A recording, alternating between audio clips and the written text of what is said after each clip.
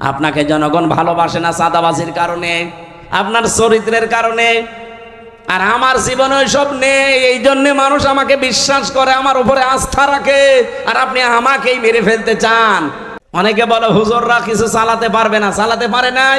কৃষি মন্ত্রণালয়, শিল্প মন্ত্রণালয় নিখুঁত ভাবে চালিয়েছে। আর এমন নিখুঁত ভাবে চালিয়ে দেখিয়েছে, বাংলাদেশে ইতিহাস হয়ে আছে শিল্প মন্ত্রণালয়টা। আজ পর্যন্ত কেউ রেকর্ড ভাঙতে পারে নাই।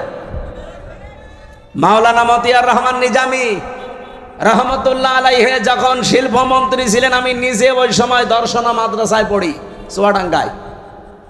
ওই যে কেরুস মিল নাম শোনেননি? চিনির মিল, কেরুর মদ, ওই জায়গায় উনি গিয়েছিলেন। ওই সময় একজনকে পাঠিয়েছিলেন এমডি করে। এই যে সৎ মানুষ চেয়ারে থাকলে যে কি হয়, আর 54 বছরে সেখানে 1 টাকা লাভ হয়নি, অথচ ওই 5 বছরে 5 বার প্রত্যেকবার লাভ হয়েছে। সুবহানাল্লাহ বলতে পারেন নাই?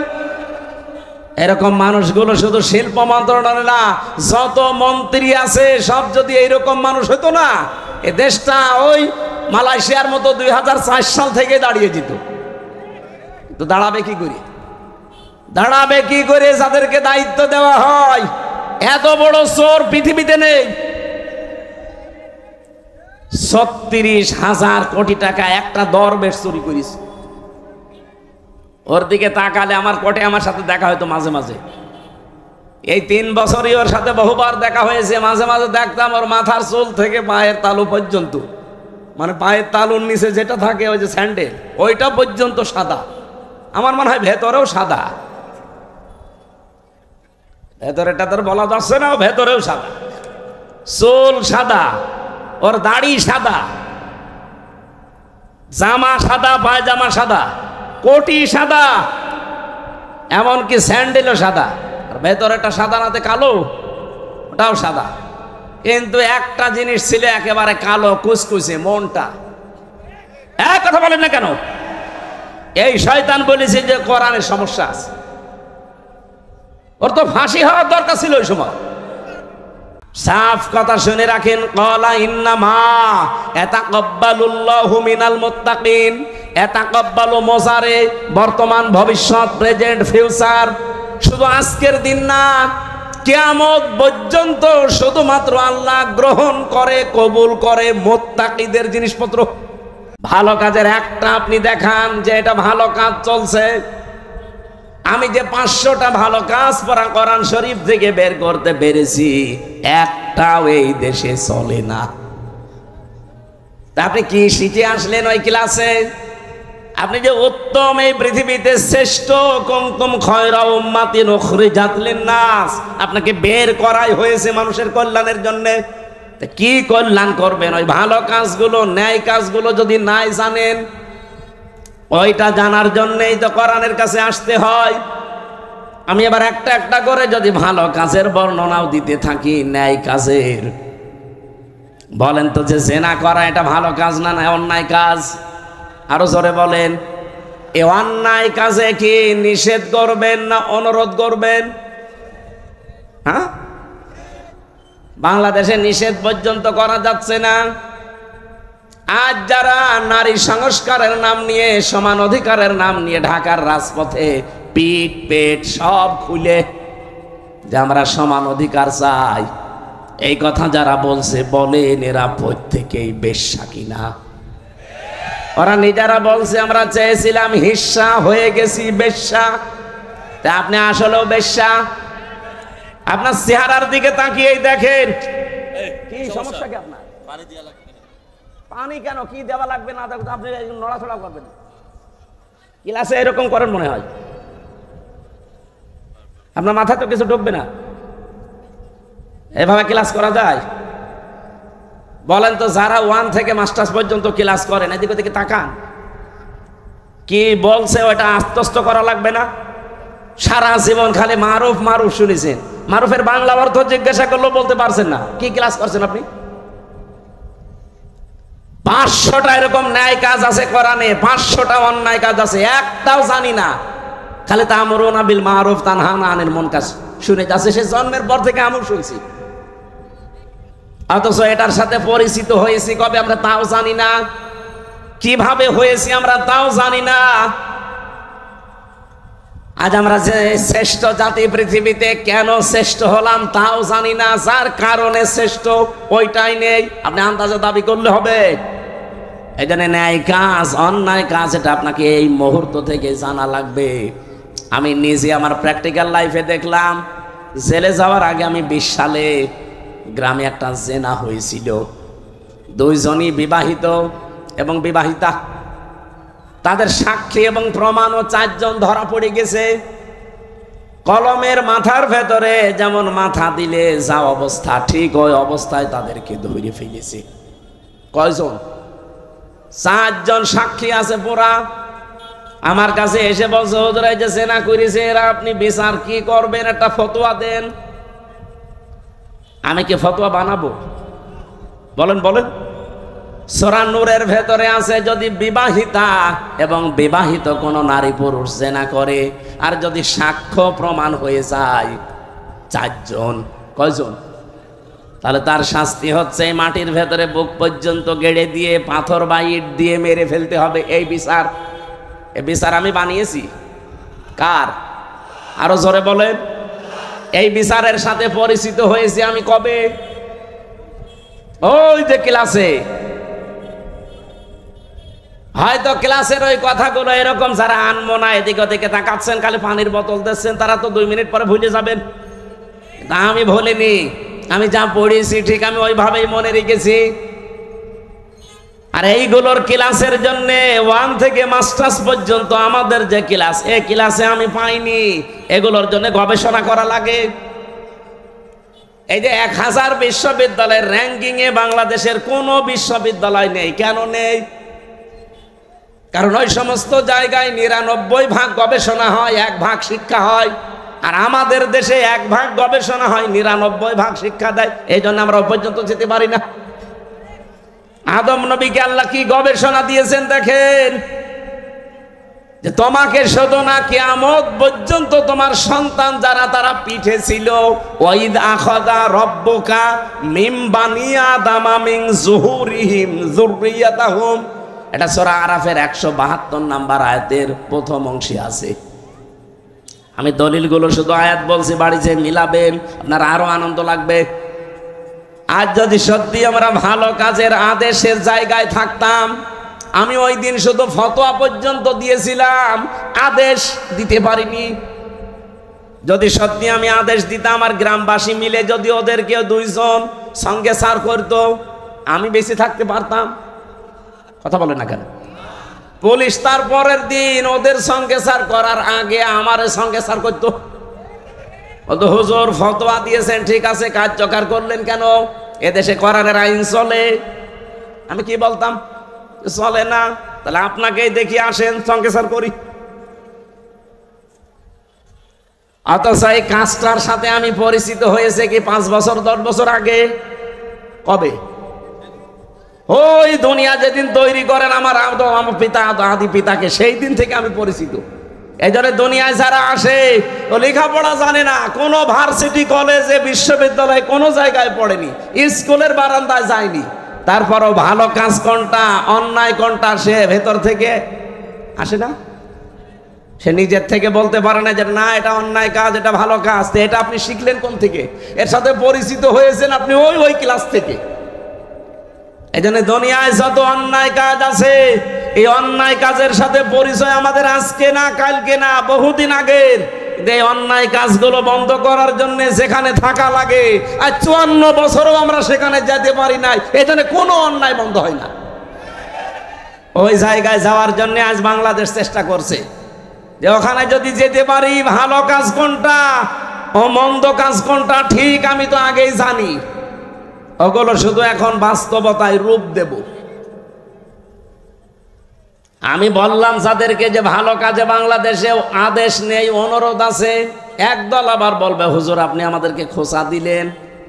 আপনাদের খোঁচা দিয়েছি? আপনি তো আদেশ করতে জীবনেও পারেন না, আপনি তো অনুরোধ করেন, চলো ভাই সলিমুদ্দিন নামাজ পড়তে যায়। এটা কি আদেশ না অনুরোধ? বলেন বলেন। ইসলামের কোন কাজ অনুরোধ আছে? নেই। সব কাজ ডু ইট, এটা কর, এইরকম আদেশ। এবার আসেন ওয়ায়ানহাউনা আনিল মুনকার, যারা অন্যায় কাজে বাধা দেয়। আমরা বলি যে অন্যায় কাজে নিষেধ করে, কে বলেছে আপনাকে? অন্যায় কাজে এখানে বাধা দেওয়ার নিষেধ করা এক জিনিস না। ও বাবা সলিমদ্দি, এই গাছটা কেটো না, এটা নিষেধ করলাম। কিন্তু এটা যদি মানে বাধা দিতে হয়, তাহলে যে ওই গাছ কাটবে তার চাইতে আমার শক্তিশালী হওয়া লাগবে। এক কথা বলেন না কেন? এদেশে এরকম শক্তিশালী জায়গায় আমরা আছি।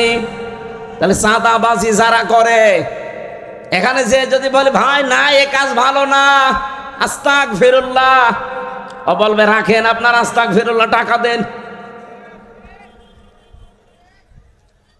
আমরা আজ অন্যায় বন্ধ করার জন্য যে বাধার প্রাচীর তৈরি করা দরকার, যে সিস্টেমগুলোতে যাওয়া দরকার, ওই লাইনে আমরা নেই। এই জন্য আজ এই দেশে কোনো অন্যায় এখনো পর্যন্ত বন্ধ নেই, প্রকাশ্যে গোপনে চলছে। আমার কুষ্টিয়াতে কালকে কুমারখালী থানায় গাজী কালুর চম্পাবতীর গান হয়তো অর্ধ উলঙ্গ নাচ, এগুলো চলছে আবহমান কাল থেকে। এবার বাংলাদেশ জামাত ইসলামী, ইসলামী ছাত্র শিবির বলেছে না, আমাদের এই থানায় এই এরিয়ার ভেতরে এই গনার কাজ আমরা করতে দেব না। নিষেধ শুধু না, বাধার প্রাচীর তৈরি করেছে, প্রতিবন্ধকতা সৃষ্টি করেছে। এখন এদের চাইতে যারা আরেকটু উপরে আছে বসে কি এই দুই দল লেগে গেছে। কালকে হাসপাতালে দেখেন কত মানুষ ভর্তি। আমার তো মনে হচ্ছে এখনো পর্যন্ত দেশে কেউ হাবিল কেউ কাবিল কাজ করছে। এ রাজশাহীতে নদী নেই, কি নাম কি, পদ্মা। পদ্মায় যে স্রোত চলে, আমি আর আবুল কালাম আজাদ সাহেব যদি বলি এই স্রোত বন্ধ হয়ে যা, সূরা ফাতিহা পড়ে ফু দিয়ে দিলাম, হবে? আবুল কালাম আজাদ আর আমির হামজান আমাদের বাবারা আসলেও হবে না। কাবা শরীফের ইমাম এনে কাজ করেন, তাও হবে না। এই স্রোত বন্ধ করার জন্য প্রাচীর দেওয়া লাগবে, বাঁধ দেওয়া লাগবে, প্রতিবন্ধকতা সৃষ্টি করা লাগবে। এটা বুঝেছেন? এটা বুঝেছেন? 500 অন্যায় কাজ চলছে এই দেশে, এখনো পর্যন্ত একটাও বন্ধ করার জন্য সে বাধার প্রাচীর নেই, বাঁধ নেই। এমনকি আমরা যে এখানে শক্তিশালী হয়ে দাঁড়াবো সেই পর্যায়ে এখনো যেতে পারিনি। আমরা উত্তম হলাম কি দিয়ে?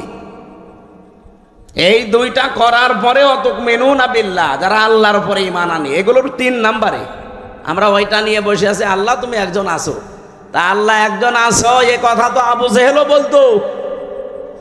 কি আপনি কি মনে করেন যে আবু জেহেল কোনোদিন বলে না যে আল্লাহ একজন আছে? না, ও প্রতিদিন বলতো। কাবা শরীফে বদরের ময়দানে যাওয়ার আগে কাবার গিলাফ ধরে বলছে আল্লাহ তুমি একজন আসো, আমি জানি।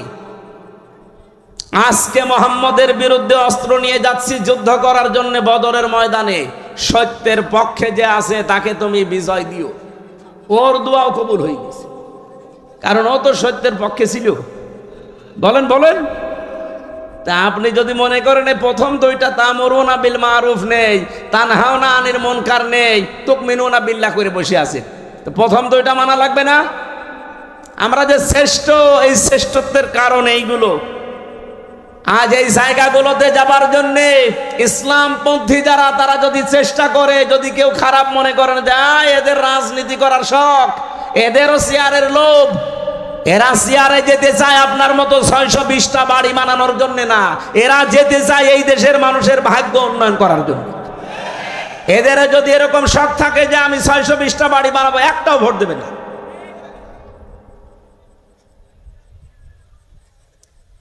কোন কারণে আমার এই ঝামেলাপূর্ণ রাস্তায় আসার দরকার?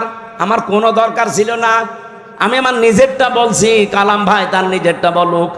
সারা জীবন ছাত্র ছাত্রী পড়িয়েছে, অধ্যাপক ছিল, জীবনের শেষ বয়সে এসে যে পেনশন পাবে 25, 30, 40, 50 লাখ টাকা পাবে, যা জীবন আর বাকি আছে আরামে খেয়ে চলে যেতে বাধ্য। কোন কারণে এই রক্ত পিচ্ছিল পথে এই মানুষের ঝামেলাপূর্ণ জায়গায় আসা লাগবে বলেন? আল্লাহ আমার যা দিয়েছে, আমার বাবার যা আছে, আমি মরণ পর্যন্ত যদি আরামে থাকতে চাই কোনো অসুবিধা নেই। কোন কারণে আমার এই রক্ত পিচ্ছিল পথে, মানুষের এই গালি গালাজ অপমান অপদস্থের পথে আসা লাগবে? আমি দেখতে পাচ্ছি এই রাস্তাগুলোই না আসলে যারা আছে এরা একটাও এই রাস্তা ঠিক রাখবে না, রাস্তাও খেয়ে ফেলবে। এ কারণে আমাদের আশা লাগছে। আর এইটাকে এখন কেউ বলছে যে না এরা রাজনীতি করছে, এটা ধর্ম ব্যবসা করছে। আমারটা যদি ধর্ম ব্যবসা হয় আপনারটা কি বলেন? আমার এইটা যদি ধর্ম ব্যবসা হয় আপনারটা কি আপনি বলেন?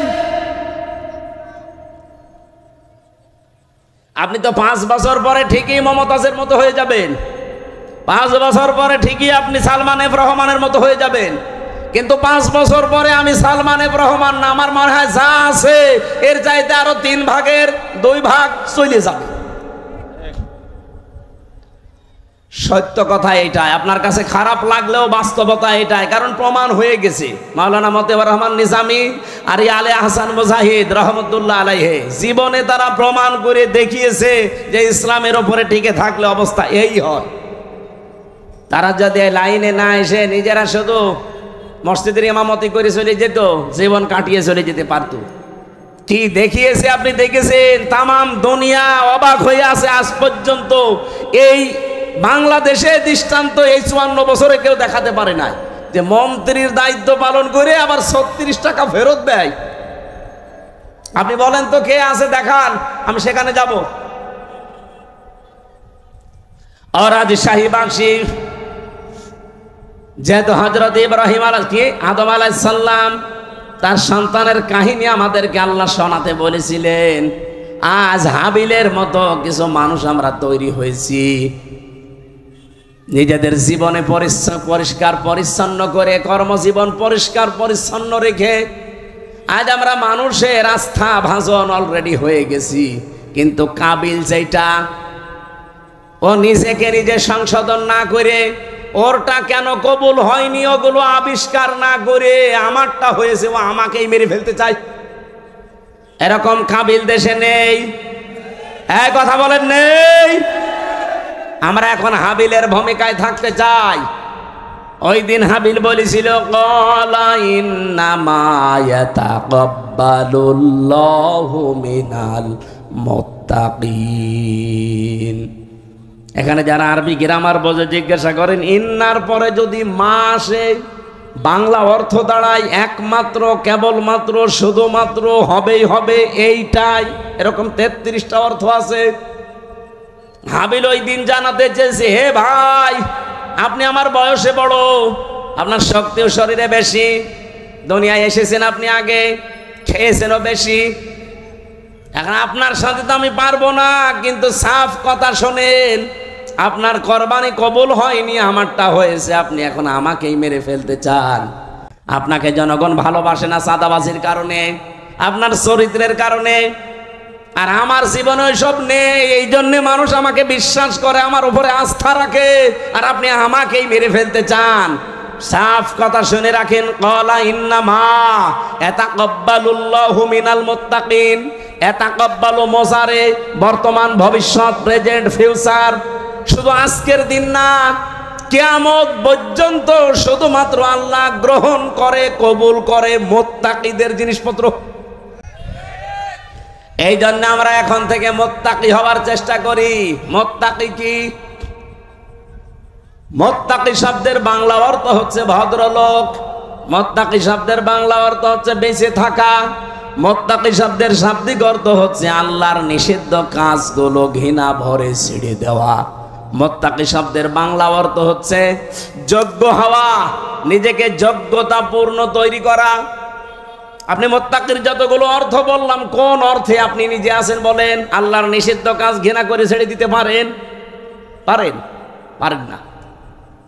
যেগুলো আপনি মোবাইলে দেখেন ওইটা বাইরে দেখা যায় যাচ্ছে, যেটা মোবাইলে দেখেন ওইটা যায় যাচ্ছে। বাইরে যেই দৃশ্য দেখা যায় ওই দৃশ্য মোবাইলে দেখা যায়, বাইরে যেই দৃশ্য দেখা যায় নেই ওইটা মোবাইলে দেখা যায় নেই। এখানে আমার মনে হয় এমন অনেক মানুষ এমন আছে, এমন এমন দৃশ্য মোবাইলে রেখে দিয়েছে, এমন এমন ভিডিও আছে নিজে দেখলে আনন্দ লাগে, ভালো লাগে, সুখ পায়, শান্তি পায়, কিন্তু অন্য কেউ দেখলেই লজ্জা পায়। এরকম ভিডিও আছে কার কার? হাত তোলেন তো। আলহামদুলিল্লাহ, না ভালো, আলহামদুলিল্লাহ। এলাকায় মুত্তাকি তাহলে অনেক আছে, বোঝা যাচ্ছে। এক্ষুনি আমি চেক করবো জিহাদরে দিয়ে। যাও তো, একটা একটা করে মোবাইল চেক করে দেখো, এমন এমন ভিডিও যদি থাকে যেটা নিজে দেখলে আনন্দ পায়, অন্য দেখলেই লজ্জা পায়। যারা ঠিক বললো যে একটা একটু ওঠেন তো দেখি আল্লাহর ওলি, যাওয়ার আগে ডিলিট করে দেবেন।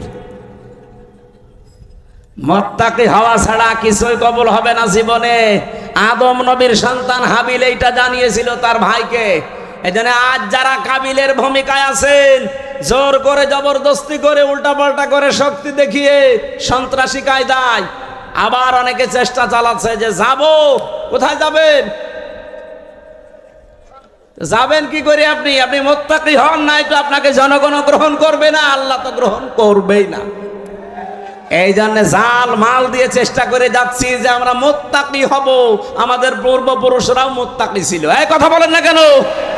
তারা অন্যায় অবৈধ কাজ যেমন ঘৃণা ভরে ছেড়ে দিয়েছে, তারা নিজেকে যোগ্যতা সম্পন্ন তৈরি করেছে। অনেকে বলে হুজুররা কিছু চালাতে পারবে না, চালাতে পারে নাই। কৃষি মন্ত্রণালয়, শিল্প মন্ত্রণালয় নিখুঁত ভাবে চালিয়েছে, আর এমন নিখুঁত ভাবে চালিয়ে দেখিয়েছে বাংলাদেশে ইতিহাস হয়ে আছে শিল্প মন্ত্রণালয়টা। আজ পর্যন্ত কেউ রেকর্ড ভাঙতে পারে নাই। মাওলানা মতিয়ার রহমান নিজামী রহমতুল্লাহ আলাইহি যখন শিল্পমন্ত্রী ছিলেন, আমি নিজে ওই সময় দর্শনা মাদ্রাসায় পড়ি চুয়াডাঙ্গায়। ওই যে কেরুস মিল নাম শোনেননি? চিনির মিল, কেরুর মদ, ওই জায়গায় উনি গিয়েছিলেন। ওই সময় একজনকে পাঠিয়েছিলেন এমডি করে। এই যে সৎ মানুষ চেয়ারে থাকলে যে কি হয়, আর 54 বছরে সেখানে 1 টাকা লাভ হয়নি, অথচ ওই 5 বছরে 5 বার প্রত্যেকবার লাভ হয়েছে। সুবহানাল্লাহ বলতে পারেন নাই? এরকম মানুষগুলো শুধু শিল্প মন্ত্রণালয় না, যত মন্ত্রী আছে সব যদি এইরকম মানুষ হতো না, এ দেশটা ওই মালয়েশিয়ার মতো 2004 সাল থেকে দাঁড়িয়ে যেত। তো দাঁড়াবে কি করে? দাঁড়াবে কি করে যাদেরকে দায়িত্ব দেওয়া হয়? এত বড় চোর পৃথিবীতে নেই। 36,000 কোটি টাকা একটা দরবেশ চুরি করিস। ওর দিকে তাকালে আমার কোটে আমার সাথে দেখা হয়তো মাঝে মাঝে। এই 3 বছরই ওর সাথে বহুবার দেখা হয়েছে। মাঝে মাঝে দেখতাম ওর মাথার চুল থেকে পায়ের তালু পর্যন্ত, মানে পায়ের তালুর নিচে যেটা থাকে ওই যে স্যান্ডেল, ওইটা পর্যন্ত সাদা। আমার মনে হয় ভেতরেও সাদা। ভেতরেটা তোর বলা যাচ্ছে না, ভেতরেও সাদা। চুল সাদা, ওর দাড়ি সাদা,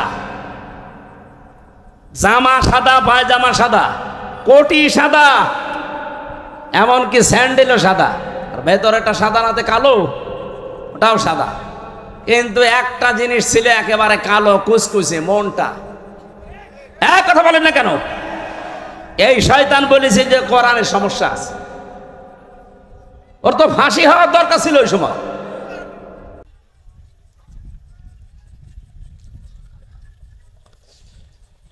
আমি তো বাস্তব কথা শোনাতে চাচ্ছি।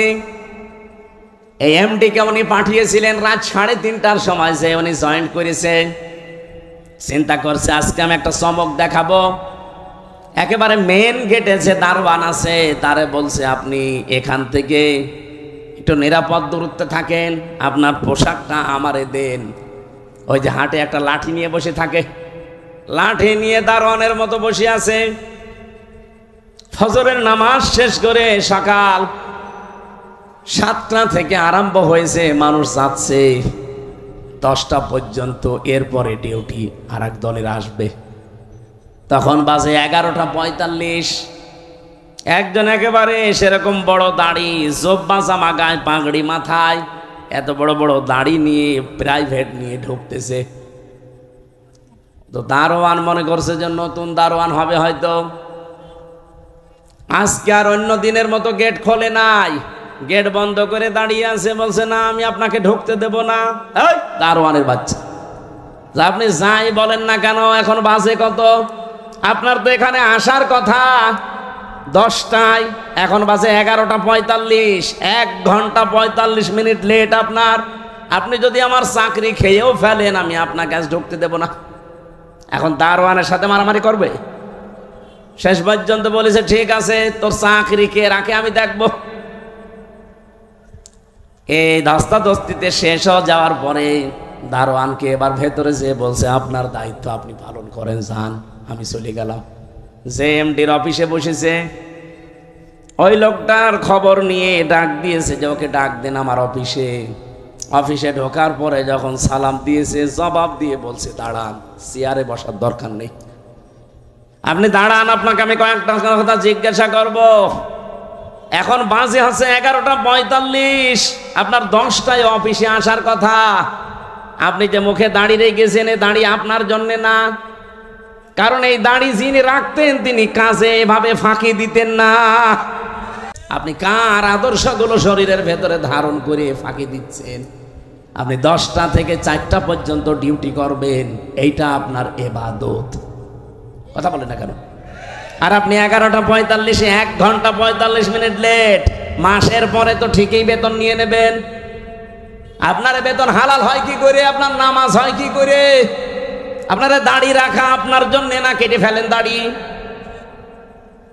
ওই বছরে লাভ হয়েছিল এই দেশে চিনির মিলে, ওই প্রথম শুরু হয়েছে। এই যে ডিউটিগুলো সঠিকভাবে পালন করা, কোনো জিনিসে ভেজাল না দেওয়া, চুরি চামারি বন্ধ হওয়া, বিশেষ করে দুর্নীতি আর কোনো জায়গায় নেই, সবাই টাইট হয়ে গেছে। ওরে বাবা কি কঠিন মানুষ! 1 বার 2 বার 3 বার সিগন্যাল দেয়, 3 বারের পরে যদি সংশোধন না হয় জনমের মতো ওরে বিদায় করে দেয়। একবারে ভয় দেখিয়েছে, সারা দেশে যত চিনির মিল সব টাইট হয়ে গেছে।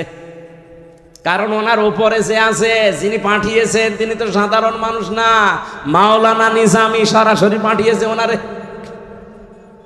বলেন তো যে এই বাংলাদেশে যে ইতিহাস তৈরি করে গেল, এখন যদি আবার ওই রকম আমরা তৈরি করে দিতে পারি, আল্লাহর কসম আমি দিয়ে বলতে পারি বাংলাদেশ ও মালয়েশিয়া সিঙ্গাপুরের মতো দাঁড়িয়ে যাবে।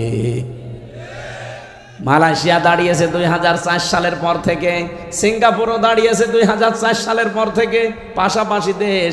আমি ঘুরে আসলাম কয়েকদিন আগে। বাংলাদেশের চাইতে কত ছোট সিঙ্গাপুর জানেন? এ রাজশাহী জেলা আমার মনে হয় এই মাথা থেকে ওই মাথা 70-80 কিলোমিটার হবে না? হবে না? কত? 80 কিলোমিটার এই জেলাটা, এ মাথা থেকে ও মাথা। অথচ সিঙ্গাপুর একটা দেশ, মাত্র 42 কিলো এই মাথা ও মাথা, চারিদিকে সাগর, মাছ বিক্রি করে খেত ওরা। কি অবস্থায় দাঁড়িয়েছে সিঙ্গাপুর আজ! 257টা দেশের ভেতরে যদি 10টা দেশ গণনা করেন, সিঙ্গাপুর একটা ধরা লাগবে। এ পর্যায়ে তারা গেছে শুধুমাত্র এই সৎ নেতৃত্বের কারণে। তারপরও তো তারা আল্লাহর আইন মানে না, শুধু যা আইন বানিয়েছে ওইটাই পঙ্খানো মানে, এই কারণে দাঁড়িয়েছে। আর আমরা শুধুমাত্র নিজেদের আইন না, এই দেশে যদি ইসলাম আসে পুরাটা চলবে আল্লাহর আইন। এই বলেন 56,000 বর্গ মাইল পুরাটা চলবে কার আইন? আরো জোরে বলেন কয়টা? 500। ওই যে পরিচিত যে বিষয়গুলো আদম নবী থেকে, ওই বিষয়গুলো আসবে পরিচিত, সব একটা একটা করে ব্যক্তি, পরিবার, সমাজ, রাষ্ট্রে কায়েম হয়ে যাবে 500। আর অন্যায় 500। সৎ কাজে আদেশ দেবে, অন্যায় কাজে নিষেধ করবে। এই প্রতিশ্রুতি ওনারা দিয়েছে। অন্য দলের ভেতরে যদি এই প্রতিশ্রুতি থাকে যে আল্লাযীনা ইম্মাক্কান্নাহুম ফিল আরদি আকামুস সালাত ওয়া আতাবুজ যাকাত ওয়া আমারু বিল মারুফ ওয়া নাহাউ আনিল মুনকার ওয়া লিল্লাহি আকিবাতুল উমুর, যেই দলের কর্মসূচিতে এই 4টা আছে আপনি তাকে এবার ভোট দেবেন, সে যেই হোক। আমি কারো দলে বিদলে নেই, এই 4টা কর্মসূচি যার কাছে পাবেন তাকে এবার ভোট দেবেন। আর আমি যেহেতু নিজে দেখতেছি এই মানুষগুলো এই গ্যারান্টির উপরে আছে, এরা কথা দিয়েছে যদি ইসলাম এদেশের সংসদে যায় প্রথমেই তারা নামাজের বিল আনবে। ওনারা জিজ্ঞাসা করেন, যদি বলেন না আমি নামাজের বিল প্রথমে আনবো না, আমি সুদের বিল আনবো, ওরা একটা ভোটও দেবে না। 2 নম্বরে ওরা যাকাতের বিল কায়েম করবে, যে যাকাত ভিত্তিক অর্থনীতি কায়েম হবে এখন থেকে। 3 নম্বরে ভালো কাজ, যেটা পরিচিত কাজ, ওগুলো জারি হবে, এগুলো আদেশ হবে আইনের মাধ্যমে। আর অন্যায় যতগুলো আছে, অন্যায় সব বন্ধ হবে, বাধার প্রাচীর তৈরি করা হবে।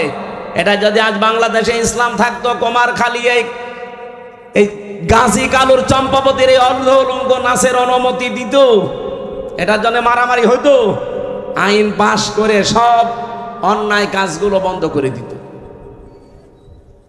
এই জন্য আমরা চাচ্ছি, আপনারা যা ভুল বোঝেন বা ভুল বোঝান, এই যে রাজশাহী অঞ্চলের এ পাশে কালকে আমার মাহফিল যেখানে আছে চাঁপাইনবাবগঞ্জ, 2 জন বিশাল বিশাল মুফতি আছে, স্বামী আর স্ত্রী 2 জনই মুফতি, ভারতের কামান, এরা মুজাদ্দেদে জামান, কি ফতোয়া দিচ্ছে দেখেছেন? এরা কোনোদিন 24-এর কথা বলে না, এরা শুধু কথা বললে 71, 47, 52, এক কথা বলছে না কেন? আরো কিছু তৈরি হয়েছে তাদের মুরিদ, এই পাবনার একটা হাবিব ঘোষণা দিয়েছে, এই পাবনা জেলার আটঘরিয়ায় জামাত ইসলামের কোন মানুষ আজানও দিতে পারবে না, নামাজও পড়াতে পারবে না। আপনি ঘোষণা দিয়ে শেষ করে দিলে হবে? আপনি নিজে নামাজ পড়াতে পারবেন? আজকে একজনের নামাজ দেখলাম, কি সূরা পড়ছে গো, জিবরাইল নতুন নাজিল করছে, আলাম তারা কাইফা ফালা রাব্বুকা বিয়াস। তাও তো আমি ভালো করে পড়ছি, এটা শোনান তো। কি তেলাওয়াত, আমার মনে হয় দাঁত মুখ ভেঙে যাবে। এই কথা যে বলতে পারে, আমার মনে হয় তারে এখন থেকে ইমামতির জায়গায় দাঁড় করিয়ে দেওয়া লাগবে। আর ওই যে আর এক চাপাবাজ যেটা ডিম খাচ্ছে, আমার বুখারী শরীফ, কোরআন শরীফ সব পড়া শেষ, হ্যাঁ, পুরাটা চাপাবাজি। এই বহু চাপাবাজ এই দেশে এখনো আছে গোপনে, আর প্রকাশ্যে অনেকে 24-এর কথা বলে না, কথা বললেই 71, কথা বললেই 52, কথা বললেই 47। আরে ভাই, 71, 52, 47 আমরা কেউ ছিলাম না, আমরা ছিলাম 24-এ। এই যে মে মাস চলছে, আজকে 22 তারিখ, এই সামনে মাসের 10 তারিখে, জুন মাসের, এই দেশে জুলাই ঘোষণাপত্র অলরেডি প্রকাশ করা হবে। যখন এই ঘোষণাপত্র আসবে, তখন অটোমেটিক ভাবে বাংলাদেশের সংবিধান বাতিল হয়ে যাবে। আর এই সংবিধান অনুযায়ী এখন যে চুপ্পু মিয়া আছে রাষ্ট্রপতিও অটোমেটিক বাতিল হয়ে যাবে। এক কথা বলেন না কেন? কারণ এই দেশ চলবে এখন 24-এর চেতনায়। কথা বলেন ঠিক কিনা?